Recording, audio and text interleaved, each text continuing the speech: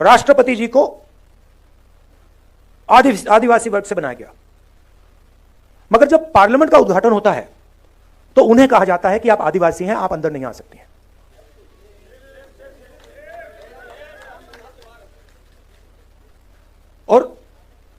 और उन्होंने मान लिया, एक्सेप्ट कर लिया। राष्ट्रपति हैं, राष्ट्रपति हैं। राम मंदिर, धूमधाम से राम मंदिर का उद्घाटन होता है, राष्ट्रपति जी से कहा जाता है आप आदिवासी आइए मत।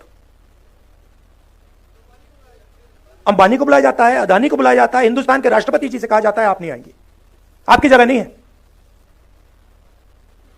अगर यह संविधान पर आक्रमण नहीं है कि राष्ट्रपति जी पार्लियामेंट हाउस का उद्घाटन नहीं कर सकती, तो क्या है? अभी आप राहुल गांधी को सुन रहे थे। राहुल गांधी झारखंड की राजधानी रांची 19 अक्टूबर को पहुंचे हुए थे। नमस्कार, मेरा नाम विश्वजीत कुमार और आप देख रहे हैं बात फॉर इंडिया न्यूज। अभी झारखंड में भी पूरा चुनावी माहौल बना हुआ है, तो वहीं 19 अक्टूबर को झारखंड की राजधानी रांची पहुंचे राहुल गांधी। तो वहीं हेमंत सोरेन से भी सीट शेयरिंग पे बात हुई। आपका तेजस्वी यादव से भी खबर आ रहा है कि सीट शेयरिंग को लेकर बात हुआ है आपका झारखंड में।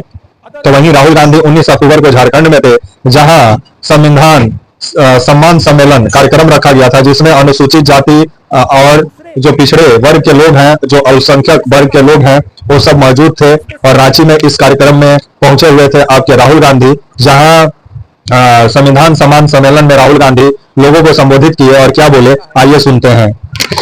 आपका जो हक है वो आपको मिलता नहीं। कैसे हैं आप? ठीक है आप? मैं देख रहा था वहां पे पोस्टर पे लिखा है संविधान सम्मान सम्मेलन, मगर सच्चाई यह है सम्मान सम्मेलन तो है, मगर आज संविधान की रक्षा की जरूरत है। सिर्फ सम्मान से बात नहीं बनेगी। हम सम्मान करें और उसकी रक्षा ना करें तो सम्मान करने का कोई मतलब नहीं रहेगा, क्योंकि इस पे आक्रमण हो रहा है, जबरदस्त आक्रमण हो रहा है। चारों तरफ से आक्रमण हो रहा है। सिर्फ एक व्यक्ति, मोदी जी, अमित शाह जी, सिर्फ एक दो व्यक्ति आक्रमण नहीं कर रहे हैं। अलग अलग फोर्सेस, अलग अलग शक्तियां इस पर आक्रमण कर रही हैं। कोई आगे से, कोई पीछे से, कोई साइड से, कोई ऊपर से। और इनका लक्ष्य है कि संविधान किसी ना किसी तरीके से या खत्म हो जाए या फिर खोखला बना दिया जाए। मैं आपसे सवाल पूछना चाहता हूं। ये आप अपने हाथ में पकड़े हैं, उठाइए इसको जरा। ये कब बना? ये कब बना? 1950? हाँ, किस साल बना ये? एक व्यक्ति बोलिए, एक व्यक्ति बोलिए, आप बोलिए। 1949। कोई कह रहा है 1950, कोई कह रहा है 1949, कोई कह रहा है 1947। ठीक है, तो मैं आपसे अब दूसरा सवाल पूछता हूं। अगर बिरसा मुंडा जी नहीं होते तो ये बनता? अगर नारायण गुरु जी नहीं होते तो ये बनता? अगर बसवन्ना जी नहीं होते तो ये बनता? अंबेडकर जी नहीं होते तो ये बनता? बुद्ध भगवान नहीं होते तो ये बनता? गुरु नानक नहीं होते तो ये बनता? तो ये कितना पुराना है?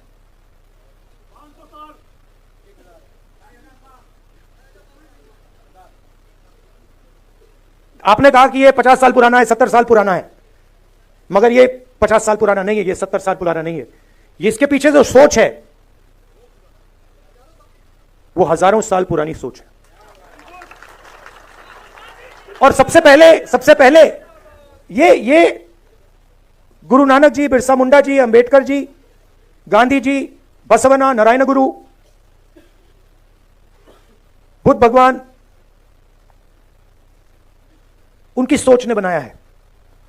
और ये जो लड़ाई चल रही है ये 50-70 साल पुरानी लड़ाई नहीं है, ये हजारों साल पुरानी लड़ाई है। तो अगर ये कॉन्स्टिट्यूशन बिरसा मुंडा जी की सोच का है, गुरु नानक, महावीर, बुद्ध भगवान, महावीर जी, अगर ये इनकी सोच का है, तो इसके विरोध में कौन सी किताब है?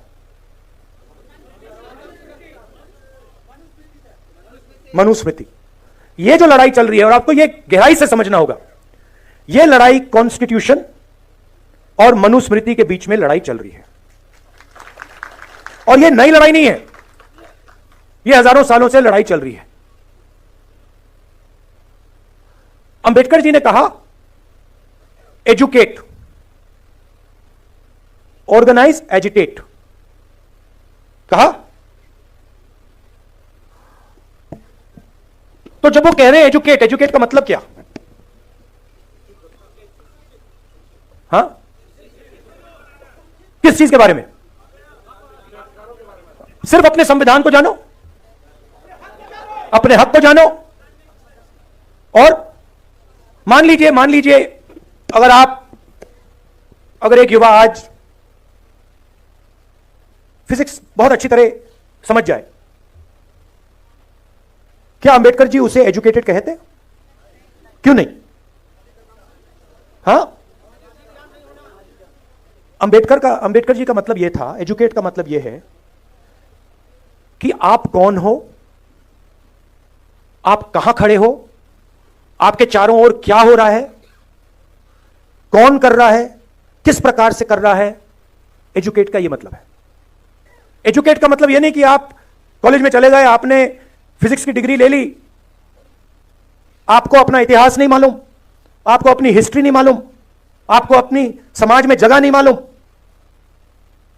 तब आप एजुकेटेड नहीं हो। अब आज क्या हो रहा है मैं आपको बताता हूं। जब बीजेपी के लोग आदिवासी को वनवासी कहते हैं, तो वो क्या करने की कोशिश कर रहे हैं? आपका जो इतिहास है, आपका जीने का तरीका है, आपकी फिलॉसफी है, आपकी साइंस है, मेडिकल साइंस है, जिसको आप हजारों साल से चला रहे हो, उसको वो खत्म करने की कोशिश कर रहे हैं। वो आपसे कह रहे हैं कि देखिए, आदिवासी का मतलब क्या? आदिवासी का मतलब जो सबसे पहले मालिक थे। वनवासी का क्या मतलब है? जो जंगल में रहते हैं। देखिए फर्क, देखिए, मान लीजिए यहां पे आप लोग बैठे हो और ऑडिटोरियम में आप सबसे पहले आए, ऑडिटोरियम आपने बनाया, ऑडिटोरियम की जमीन आपकी, और मैंने आपसे कहा भैया आप वनवासी हो। इसका क्या मतलब है? जंगल में जाओ, ऑडिटोरियम तुम्हारा नहीं है, इसका यह मतलब है। तो जब ये शब्द का प्रयोग करते हैं, आदिवासी, वनवासी, ये सिर्फ एक शब्द नहीं है, ये आपकी पूरी हिस्ट्री है। मैं हिंदुस्तान के एजुकेशन सिस्टम में पढ़ा हूं, स्कूलिंग मेरी पूरी हिंदुस्तान में हुई।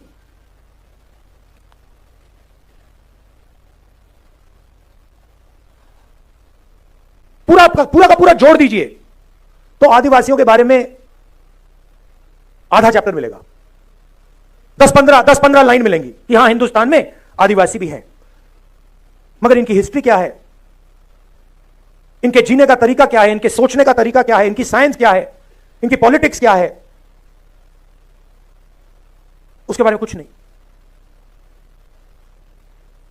मैं हिंदुस्तान के सिस्टम में, स्कूलिंग मेरी यहां हुई, दलितों के बारे में एक लाइन, हां भाई अनटचेबिलिटी होती थी, मगर उनका दर्द, उन पर जो अत्याचार हुए, उनका जो अपमान हुआ, उनका जो इमेजिनेशन था, उनकी जो सोच थी, उनकी जो साइंस थी, उनकी जो फिलॉसफी थी, उसके बारे में कितना था?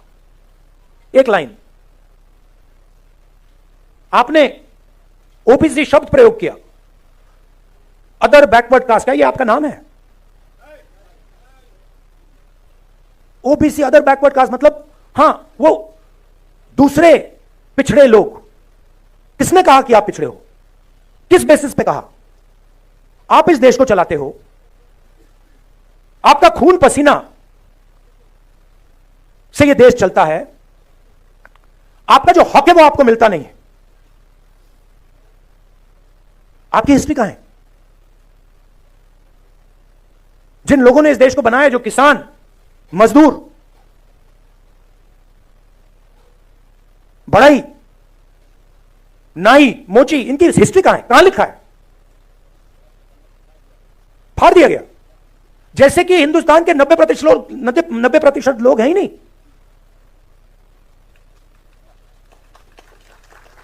मतलब आप छुपे हुए हो। हिंदुस्तान के कॉर्पोरेट्स में देखिए आप, 250 कॉर्पोरेट्स की मैंने लिस्ट निकाली। कहां मैं देखता हूं भाई 90% आबादी में से यहां कितने हैं? 250 सबसे बड़ी कॉर्पोरेट्स में, मालिकों में, सीईओज में, सीनियर मैनेजमेंट में आपको एक ओबीसी नहीं मिलेगा, एक दलित नहीं मिलेगा, एक आदिवासी नहीं मिलेगा। करेक्ट? मैं यहां झूठ बोलने थोड़ी आया हूं। हलवा बांट रहे वही, हलवा खा रहे वही। अब उसमें एक और बात है, उसमें बेचारे गरीब जनरल कास्ट के भी लोग हैं, 5-7%, उनको भी हलवा नहीं मिल रहा। आप ब्यूरोक्रेसी में देखिए। बहुत अच्छा लगा आपने 90 में से 3 की बात की। 90 में से 3 ओबीसी, 3 दलित, 1 आदिवासी। दलित की आबादी 15%, आदिवासियों की आबादी 8%, ओबीसी की आबादी कोई जानता नहीं है,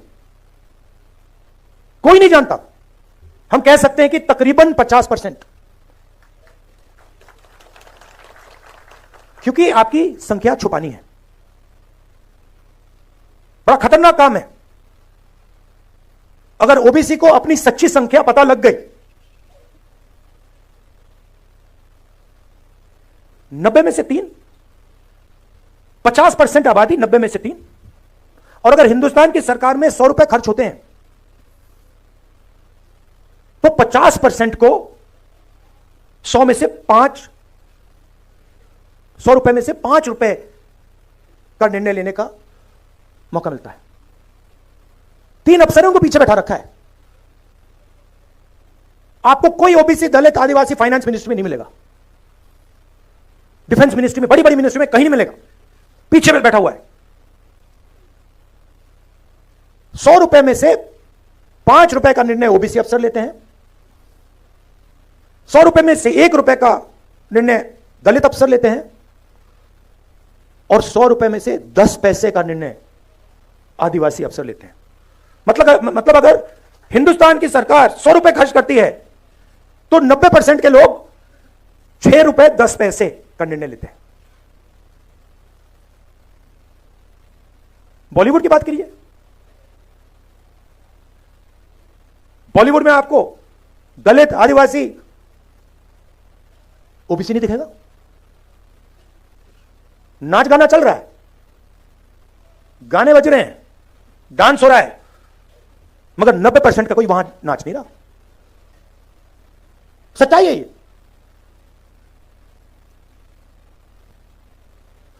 राष्ट्रपति आदिवासी वर्ग की हैं। पहली बार राष्ट्रपति जी को आदिवासी वर्ग से बनाया गया। मगर जब पार्लियामेंट का उद्घाटन होता है, तो उन्हें कहा जाता है कि आप आदिवासी हैं, आप अंदर नहीं आ सकती हैं।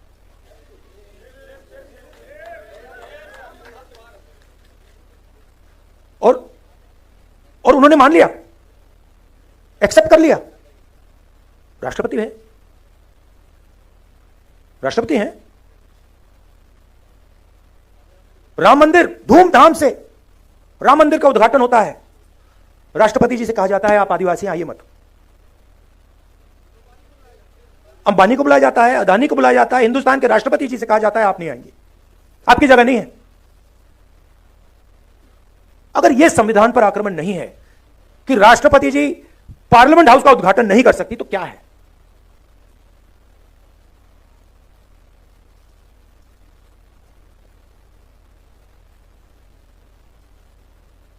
कहा गया था, संविधान में कहा गया है कि एक व्यक्ति को 1 वोट का हक मिलेगा। ये इसमें लिखा है। और हिंदुस्तान का हर व्यक्ति एक जैसा है, कोई बड़ा नहीं है, कोई छोटा नहीं है, सबको वही हक मिलना चाहिए, कहा गया है। आप हिंदुस्तान की कोई भी संस्था देख लीजिए जो कॉन्स्टिट्यूशन को चलाती है, इस कॉन्स्टिट्यूशन की रक्षा कौन सी संस्था करती है बताइए? मीडिया करती है इसका? मीडिया को करना चाहिए? करती है? नहीं। इलेक्शन कमीशन इसकी रक्षा करता है? नहीं करता है। जो CBI, ED, income tax department के लोग हैं वो इसकी रक्षा करते हैं? नहीं। ब्यूरोक्रेसी के लोग इसकी रक्षा करते हैं? नहीं। क्यों? क्योंकि ये सारी की सारी संस्थाओं को बीजेपी ने कंट्रोल कर दिया है। पूरा देश जानता है कि मीडिया में 90% का कोई नहीं है। पत्रकारों को देखिए, एडिटर्स को देखिए, मालिकों को देखिए, मुझे बता दीजिए कौन सा अखबार है हिंदुस्तान में जिसको दलित, आदिवासी, पिछड़े वर्ग के लोग चला रहे हैं? मुझे बता दीजिए, मान जाऊं मैं, एक नहीं है। तो आपकी आवाज कहां है? कैसे निकल सकती है आपकी आवाज? आपकी आवाज आपके दिल में है, मगर हिंदुस्तान की संस्थाओं में नहीं है। Election commission, ministry, media, judiciary, कहां है आपकी आवाज? और फिर नरेंद्र मोदी जी कहते हैं मैं पिछड़ों का सम्मान करूंगा, दलितों का सम्मान करूंगा, आदिवासियों का सम्मान करूंगा, और फिर आपके हाथ से आपकी शक्ति छीन लेते हैं।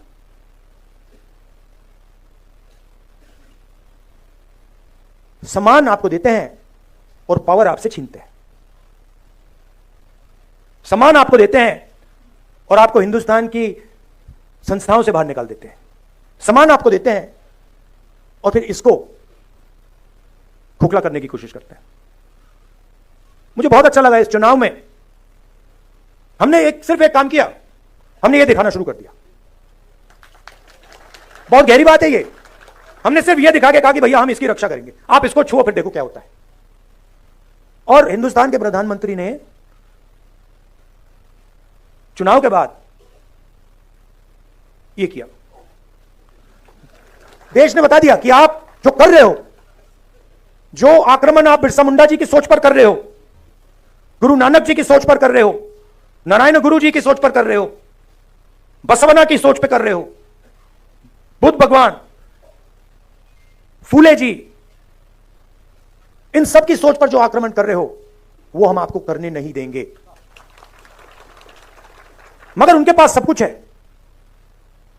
सच्चाई है, धन उनके पास, संस्थाएं उनके पास, मीडिया उनके पास, CBI, ED, income tax department. अब आप कहोगे भाई अगर सब कुछ उनके पास तो हमारे पास क्या है? हमारे पास सच्चाई है और हमें कुछ और नहीं चाहिए। आप ले लो, आप संस्थाएं ले लो, सब कुछ ले लो, धन ले लो, संस्थाएं ले लो, जब तक हमारे पास सच होगा सारा का सारा न्याय हमें मिलेगा। और यही इस चुनाव ने दिखाया है। हमारे पास मीडिया नहीं। मैं आपको बताऊं, कांग्रेस पार्टी के बैंक अकाउंट बंद कर दिए। बिना पैसे के कांग्रेस पार्टी चुनाव लड़ी है। आप सोचिए, हिंदुस्तान को लोकतांत्रिक देश कहा जाता है, सबसे बड़ी ऑपोजिशन पार्टी के बैंक अकाउंट बंद कर दिए, तब भी हम लड़े, सच्चाई के साथ लड़े, संविधान के साथ लड़े। और आजकल मोदी जी मुस्कुराते नहीं है। बंद हो गया, परमानेंटली बंद हो गया, भूल गए। तो अब मैंने आपसे यह कहा कि भाई लड़ाई हो रही है, युद्ध हो रहा है, दो विचारधाराओं के बीच युद्ध हो रहा है। अब यह भी बताना पड़ेगा रास्ता क्या है। देखिए, मैंने संस्थाओं की बात की, थोड़ा सा मैं आपको 2-3 आंकड़े देना चाहता हूं। जीएसटी इस देश में कौन देता है? कौन देता है? 90% देता है। दलित, आदिवासी, पिछड़े वर्ग के लोग, गरीब, जनरल कास्ट के लोग देते हैं। ये आपने शर्ट कितने की खरीदी? ये आपने, हाँ आपने, ये कितने की खरीदी? 1,500 रुपए की। इस पे आपने जीएसटी कितनी दी? 18%। अगर यही, अच्छा, अगर यही शर्ट अदानी या अंबानी खरीदें तो जितना टैक्स आपने दिया उतना टैक्स वो देते हैं। जीएसटी गरीब जनता से लिया जाता है, पिछड़ों से लिया जाता है, दलितों से लिया जाता है, आदिवासियों से लिया जाता है। अगर 100 रुपए आज हिंदुस्तान में अगर 100 रुपए टैक्स में लिए जाते हैं, 40 रुपए आम आदमी की जेब से निकलते हैं, 26 रुपए हिंदुस्तान की सबसे बड़ी कंपनियों से आते हैं।